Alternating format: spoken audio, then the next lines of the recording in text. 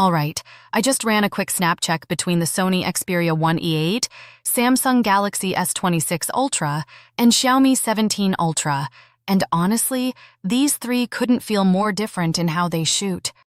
Starting with Sony, this is the control freak of the group in the best way. Colors are natural, nothing feels overprocessed, and it's clearly built for people who actually like to shoot, not just tap and post. Samsung?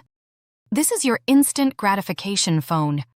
The 200 MP sensor and that f1.4 main camera make everything look bright, punchy, and social-ready straight out of the shutter. And the zoom. Yeah, it's still basically unmatched for long-distance shots. Then there's Xiaomi, which surprised me the most. That 1-inch Leica-tuned sensor gives photos this almost cinematic, organic feel.